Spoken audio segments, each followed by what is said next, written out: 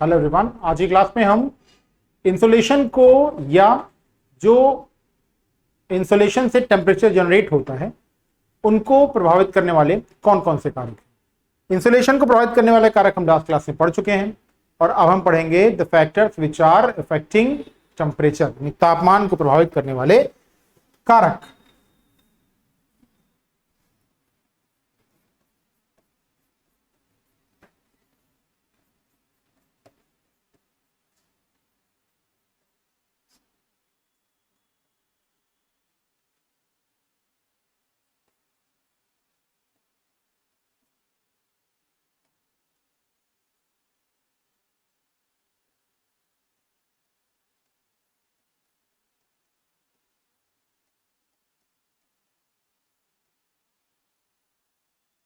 देखते हैं कौन कौन से फैक्टर्स टेम्परेचर को इफेक्ट करते हैं।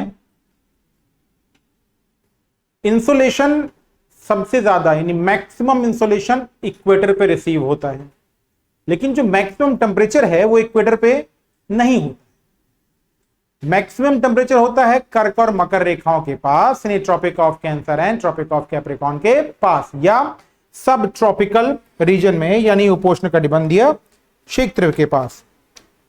तो तापमान के वितरण को अभी पहला वितरण को प्रभावित करने वाला पहला कारक क्या है? नंबर 1 पहला है अक्षांशीय प्रभाव।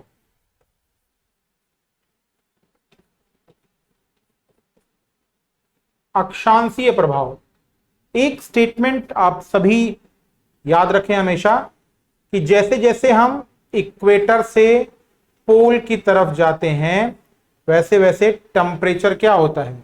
डिक्रीज होता है, यानी भूमध्य रेखा से पोल की तरफ जाने पर, भूमध्य रेखा से पोल की तरफ जाएंगे तो क्या होगा? टेम्परेचर कम हो जाएगा, यानी तापमान कम होता जाता है। The temperature decreases when you go from equator to poles. उच्च अक्षांशों पे तापमान कम क्यों होता है? उच्च अक्षांशों पे तापमान इसलिए कम होता है क्योंकि इंसुलेशन हमें कैसा मिलता है? तिरछा मिलता है, यानी सूर्य किरणें तिरछी पड़ती हैं, इसीलिए भूमध्य रेखा से ध्रुवों की तरफ तापमान क्या होता है? कम हो जाता है। अब एक स्टेटमेंट और आता है तो फिर मैक्सिमम टेम्परेचर कहां होता है? अधिकतम तापमान कहां होता है? मैक्सिमम टेम्परेचर और मैक्सिमम टेम्परेचर अगर कह रहा है तो हम बात करेंगे किस अक्षांश की? 20 डिग्री लैटिट्यूड, और वो भी 20 डिग्री उत्तरी अक्षांश। याद रखिएगा हमेशा अधिकतम तापमान यानी मैक्सिमम टेम्परेचर कहां होगा? 20 डिग्री उत्तरी अक्षांश। इसे तापीय भूमध्य रेखा भी कहते हैं, थर्मल इक्वेटर। क्वेश्चन पूछता है थर्मल इक्वेटर क्या है, तो आप कहेंगे थर्मल इक्वेटर उत्तरी गोलार्ध में 20 डिग्री अक्षांश को कहते हैं, जहां पर सबसे ज्यादा टेम्परेचर पाया जाता है। क्यों टेम्परेचर पाया जाएगा? क्योंकि ये जो रीजन है वो कैसे नेचर का है? वो नेचर है उसका एंटी साइक्लोनिक।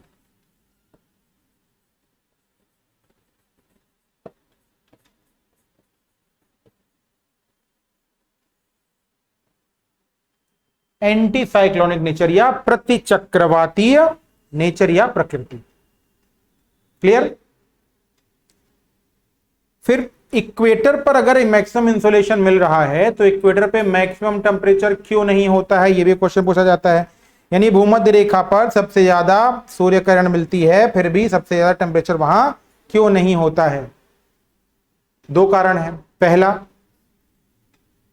कि इक्वेटर पे क्या पाया जाता है? इक्वेटर पे चक्रवातीय दशाएं पाई जाती हैं और इक्वेटर पाया जाता है क्लाउड, बादल।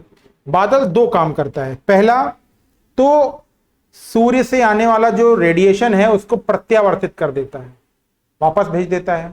और दूसरा काम क्या करता है कि इस इक्वेटर वाले क्षेत्र में वाष्पीकरण से ऊर्जा क्षय हो जाती है। इससे वाष्पीकरण से ऊर्जा क्षय होगी। तो क्वेश्चन पूछेगा इक्वेटर पे मैक्सिमम इंसोलेशन मिलता है पर मैक्सिमम टेम्परेचर क्यों नहीं होता है? इसलिए नहीं होता है कि पहला तो जो बादल होते हैं वो रिफ्लेक्ट कर देते हैं। किसको रिफ्लेक्ट कर देते हैं? जो इंसोलेशन आ रहा होता है।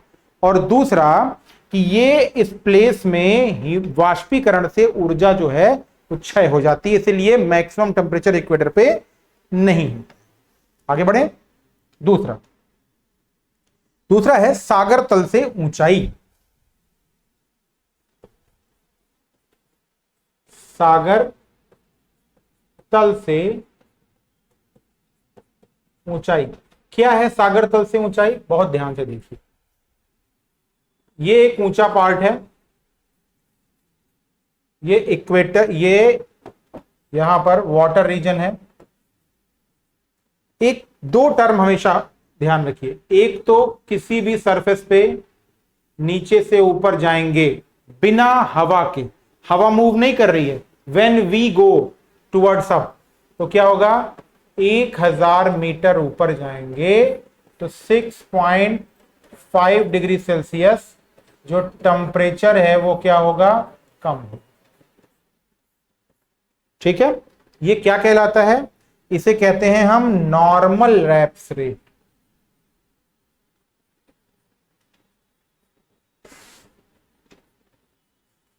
हिंदी में कहते हैं सामान्य तापपतन दर।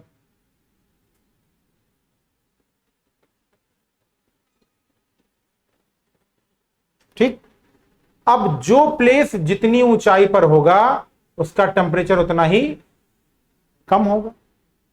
क्लियर?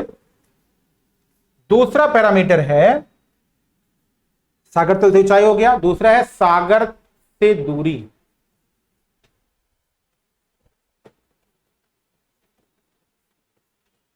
डिस्टेंस फ्रॉम सी।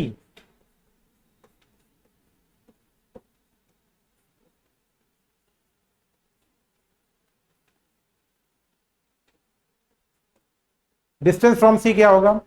कोई भी प्लेस जो सागर के, इट मींस ये कोई तट है, इधर है लैंड या इधर है कॉन्टिनेंट। ठीक, और इधर क्या है? ओशन।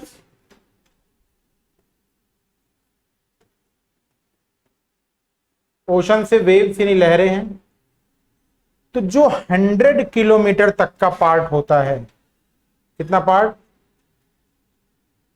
100 किलोमीटर तक का पार्ट। ये 100 किलोमीटर का जो पार्ट है, यहां पे दो हवाएं, एक सी ब्रीज दिन में और रात में क्या? रात में लैंड ब्रीज। तो सी ब्रीज और लैंड ब्रीज क्या करती है? इस पूरे एरिया में मिक्सिंग ऑफ टेम्परेचर क्या करता है?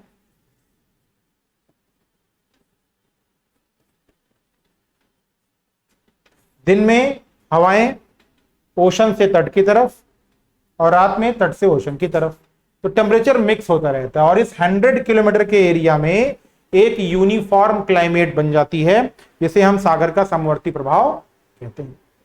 ठीक है, और जैसे जैसे अंदर की तरफ जाएंगे, जैसे जैसे हम अंदर की तरफ जाएंगे तो यहां पर क्या होगा?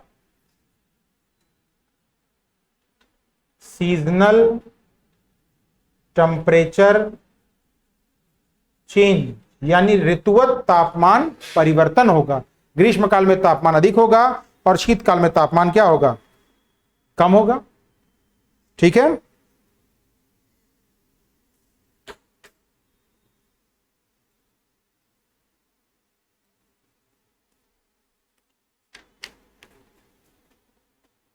फिर स्थल एवं जल का स्वभाव, सागर से दूरी, स्थल एवं जल का स्वभाव, क्या समझेंगे इसे हम?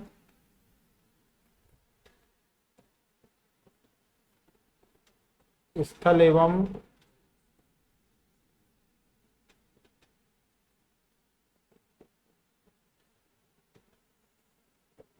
Nature of land and water. मान लिया ये कोई कोस्ट है, ये कॉन्टिनेंट है,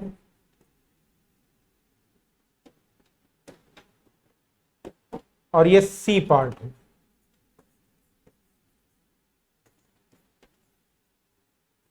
कॉन्टिनेंट की खास बात क्या होती है? कॉन्टिनेंट बहुत जल्दी से गर्म होता है और बहुत जल्दी ठंडा हो जाता है, जबकि ओशन वाटर क्या होता है? बहुत देर से ठंडा होता है, बहुत देर से गर्म होता है। अब कोई भी क्षेत्र जो क्या है, कॉन्टिनेंटल पार्ट है, यानी महाद्वीपीय पार्ट है, तो वो क्या होगा? जल्दी से गर्म और जल्दी से ठंडा होगा। क्यों हो जाता है ऐसा? ऐसा इसलिए होता है क्योंकि कॉन्टिनेंट में सूर्य की जो परतें हैं, सूर्य की जो रोशनी है या सूर्य का प्रकाश है, वो कुछ फीट तक ही गहराई में, कुछ इंचेस तक, सूर्य का प्रकाश क्या होगा?